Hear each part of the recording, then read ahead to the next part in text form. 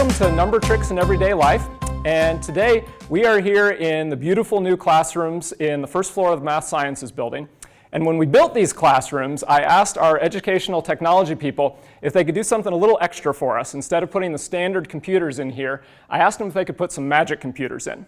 And it took a lot of discussion, a lot of extra money, a little bit of technological work, but they were able to do it. And so what I want to do today is show off some of these magical capabilities of the computers we have in this room. So the trick that we're going to do today is a little bit of a mind reading trick, and the computer is going to be able to read your mind when we go through this process.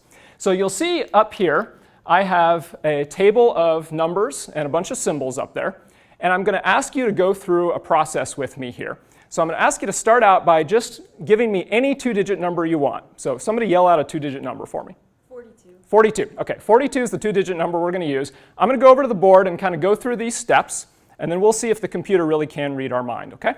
So we picked a two-digit number. So 42 is our two-digit number. And the next step is we want to add its digits together, okay? So the digits of 42 are 4 and 2. So 4 plus 2 is 6, right? Okay. And then we want to subtract this sum from the original number. So 6 was our sum. So we take 42 and we subtract 6 and we get 36, right? Okay.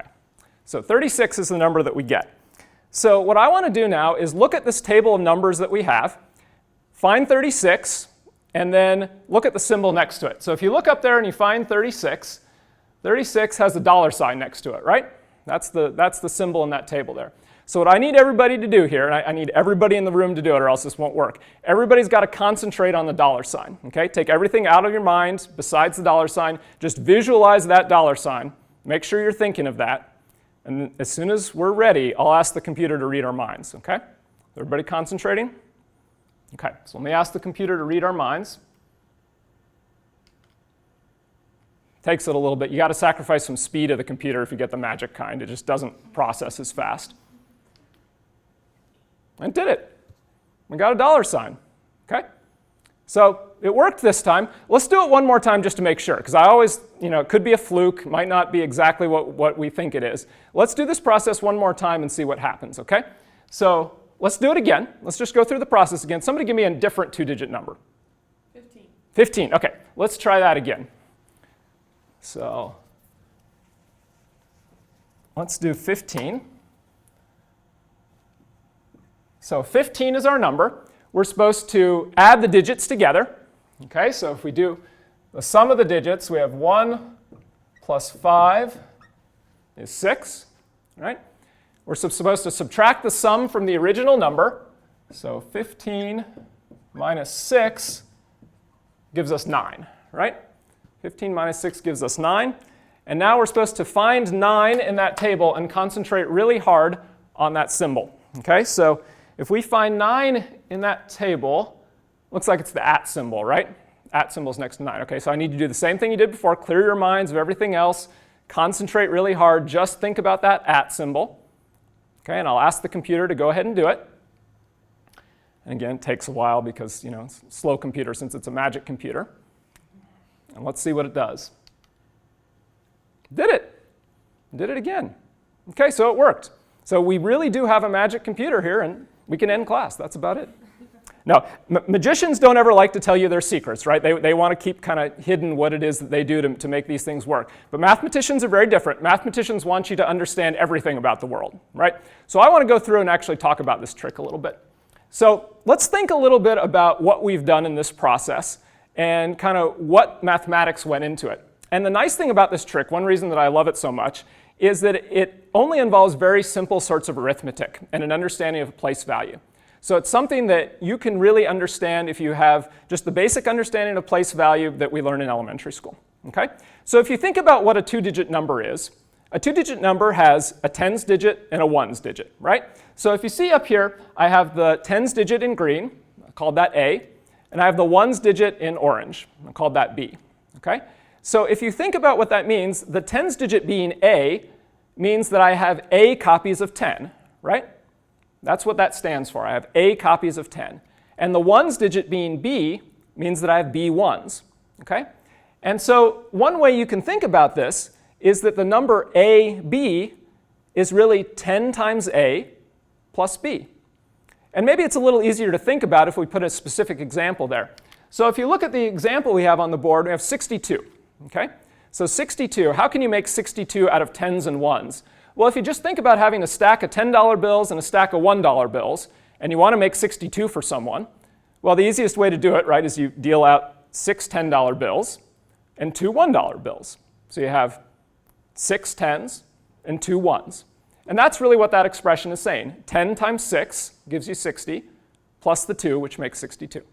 Okay? So that's just another way of writing this two-digit number. The two digits A, B are kind of shorthand for this 10 times A plus B.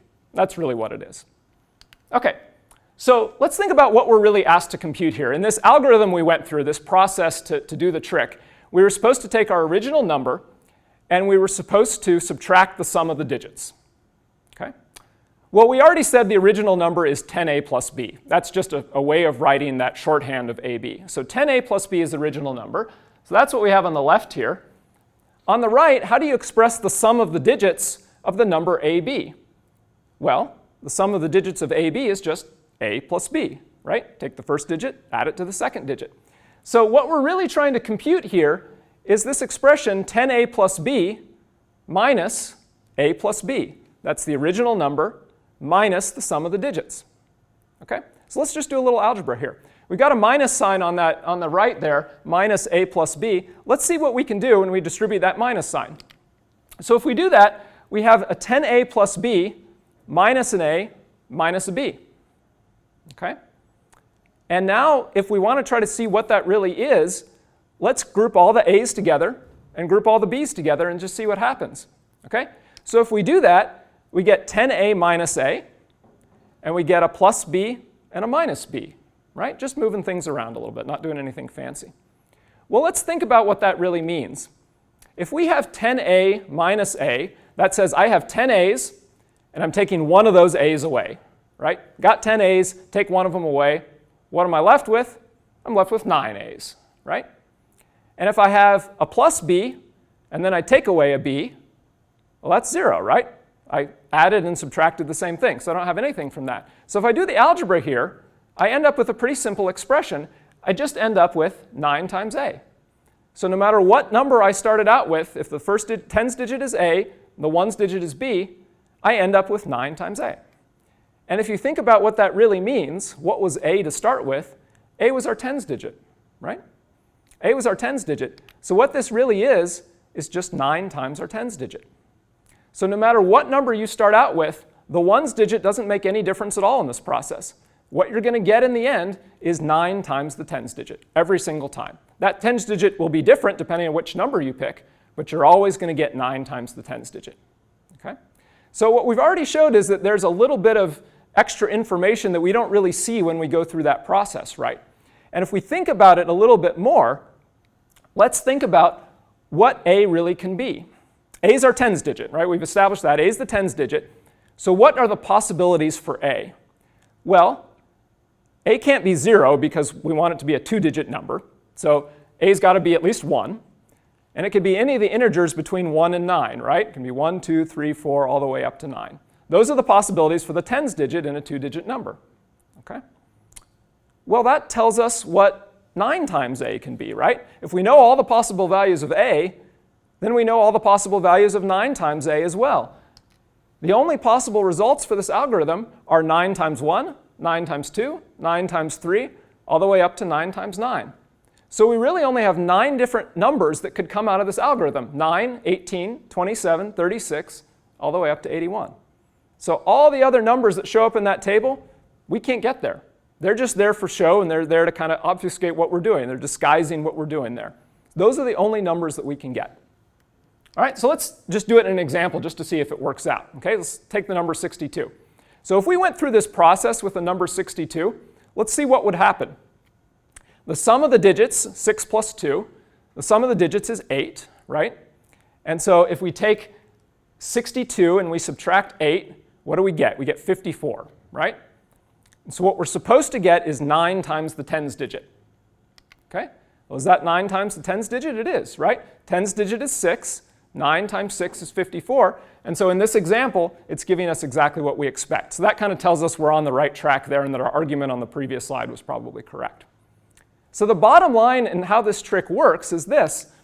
As long as you have the same symbol next to 9, 18, 27, 36, all the way up to 81 in your chart, it doesn't matter what any of the other symbols are. You can put anything you want anywhere else. As long as those symbols are the same, this trick will work. Okay, so let's go back to that first chart that we had, kind of see how that worked there. So if you look at that chart, and I've put in red those multiples of 9 from 9 up to 81, you see every single one of those I made sure to put a dollar sign next to, right? And then everything else, I just put random symbols in there. I didn't even think about what I was doing there. You'll see I mixed in a few dollar signs in other places. I put a whole bunch of other symbols in different places. You'll notice that there are some multiples of 9 we can't get, right? We can't get to 90. We can't get to 99. We can't get to 0. And so I put different symbols there because it didn't make any difference what I put there. But the ones in red are the ones that we can get through this process. And those are the ones I made sure to put the dollar sign by. And when I switched it up the second time and gave you a different chart, I made sure to put the @ symbol next to each one of those. I didn't have any idea what number you were going to throw at me, but I knew whatever number you were going to throw at me, I was going to get one of those numbers, 9, 18, 27, up to 81. So very simple sort of trick mathematically, just requires you to know a little bit about place value and do a little bit of algebra to understand it. But it's kind of neat because it sort of seems like it's coming out of nowhere, right? Because there's no way I could have known in advance what number you were going to pick. So I really like things like this that illustrate basic mathematics that don't require you to know a lot of advanced mathematics, don't require calculus or trigonometry or anything like this, where you can really kind of understand what's happening well using that type of arithmetic. And in this class, we have a bunch of different topics that we talk about that uses basic sorts of arithmetic to explain tricks or interesting things in the world. If you're ever typing your credit card number into online merchant or something like that, you've probably made a typo at some point, right? When you're typing in your credit card, it's a long number. And that's a pretty common thing to happen.